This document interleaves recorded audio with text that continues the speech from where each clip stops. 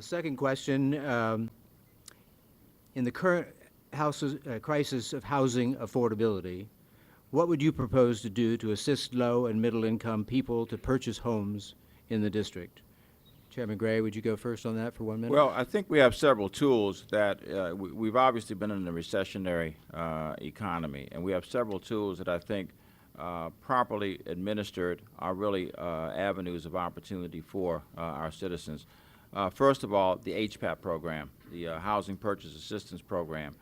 Secondly, the Housing Production Trust Fund, in which 3 years ago we had almost $60 million being invested into the Housing Production Trust Fund. That is down to $17 million now, largely because of a sluggish housing market in the District of Columbia. The fund is replenished through deed recordation and transfer taxes that then are used to make loans and grants to people to purchase housing.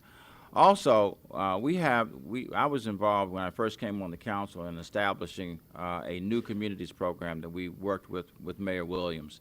That program has not moved at all. And what it does is take traditional public housing, begin to replace them with more units that will create opportunities for market rate housing, moderate income housing, and low income housing, so you create more socially and economically integrated environments. Thank you very much. Mr. Alexander? We have a foreclosure crisis here in Washington, D.C., and I've got a plan that will allow D.C. employees to partner. Being mayor, I could partner with local banks here in D.C. to provide a program that will allow D.C. employees to buy foreclosed properties with no money down. That's number one. Number two, we've got to make sure that we have a moratorium on foreclosures here in Washington, D.C., to make sure that the banks are renegotiating with folks that they've given loans to, and basically taking advantage of people when times were good here in D.C. The third thing we need to do is make sure that the homeless population is definitely dealt with.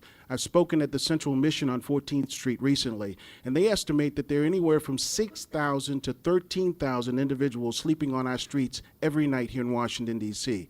We have to do it. It's immoral. Thank you. Thank you. Mayor Fenty?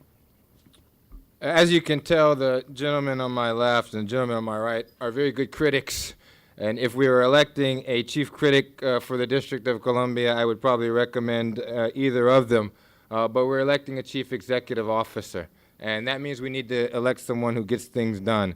Over the past 3.5 years, my administration has already built 11,000 units of affordable housing. Places like the Barbara Chambers Center, the Jubilee Housing, Euclid Street, the Daffodil House, Mount Pleasant, Euclid, things on Georgia Avenue, on Wheeler Road, on Mississippi. There's construction happening all around this city, affordable housing, because we have people who we've hired and we've used public dollars to leverage them and build more affordable housing. It's fine to criticize. It's fine to have an opinion. But in these times where people need affordable housing, I think we need an administration that has a proven record of getting things done. Look at the 11,000 of units of housing we've built all around this city, especially the 1,000 units that they're going to people who are formerly homeless. And I see our commitment to affordable housing.